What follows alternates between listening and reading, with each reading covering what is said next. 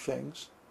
He already knows what we need, and He is happy to provide it because we're acting as His friends.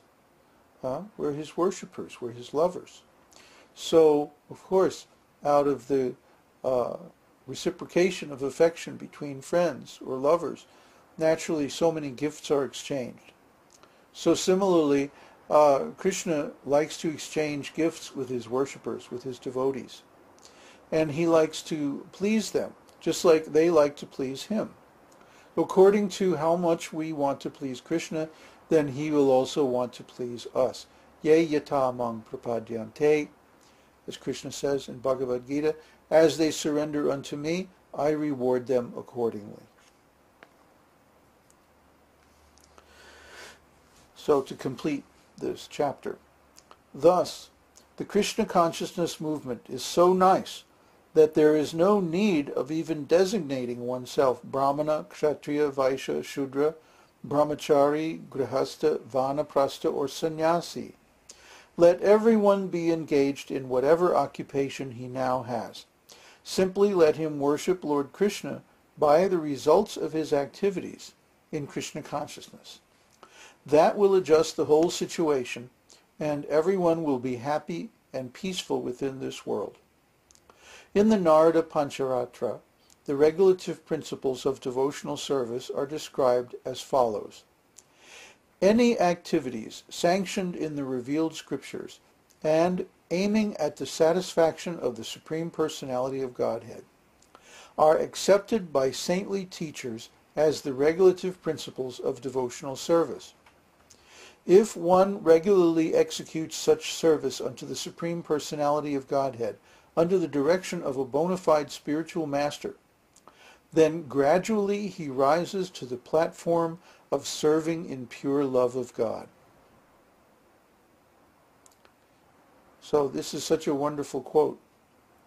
In other words, the Vedic social system in all its complexities is very difficult to institute, especially in the Kali Yuga, because everyone is so fallen. But everyone can simply take the results of the activities they're performing now and offer those in devotional service.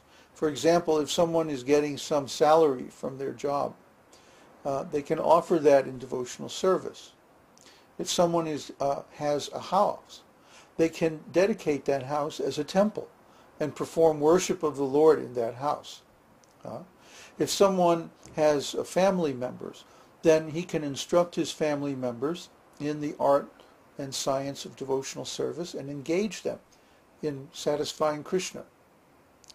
If someone has some followers or students, or if, let's say, he owns a business and he has employees, well, he can gradually institute the values of spiritual life in the workplace or in his students, in his teaching work, or in his leadership role, in whatever way that manifests. And he can gradually bring people around to the devotional service of the Lord by his example. You see? So actually, in one sense, it seems like the regulative principles of devotional service are very particular and narrow. But in another sense, they're very broad and they're adaptable. This is kind of a slippery area because we're used to thinking of rules and regulations as being very firm, very rigid. But actually what we're talking about is a principle. The principle is that whatever we do, whatever we say, whatever we think, whatever we have, whatever we give, whatever example that we show, whatever social position that we have, all of these things should simply be engaged in Krishna's service. It's an attitude. It's not a particular very stylized or very limited set of activities, but rather it is an approach to life, an intention of living life to be pleasing to God. And when we do that, then God automatically pleases us. But this is the principle. And from this principle, one may derive so many specific rules and regulations.